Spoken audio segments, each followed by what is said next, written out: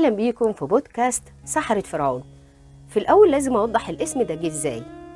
أيام حكم الإخوان كنا في مجلة روزا اليوسف من أشد المعارضين ليهم، وياما فضحنا سياستهم ودمويتهم لدرجة إن هم هددونا بالقتل لو ما غيرناش موقفنا. وفي مؤتمر من المؤتمرات الاقتصادية ساعتها وقفت أناقش مسؤول منهم، وواضح إن المناقشة كانت حامية شوية، فلقيته بيقول لي: أنت عارفة أنتوا عاملين زي مين؟ فقلت له: زي مين؟ فقال لي: زي سحرة فرعون. استغربت قوي وقلت له: ازاي؟ قال لي: سحرة فرعون كانوا بيساعدوه على الظلم والطغيان.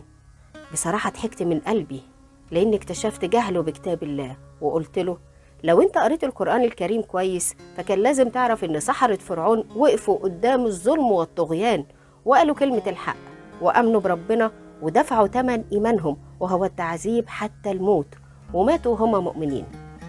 ساعتها الراجل ما نطقش وأنهيت أنا المناقشة على طول.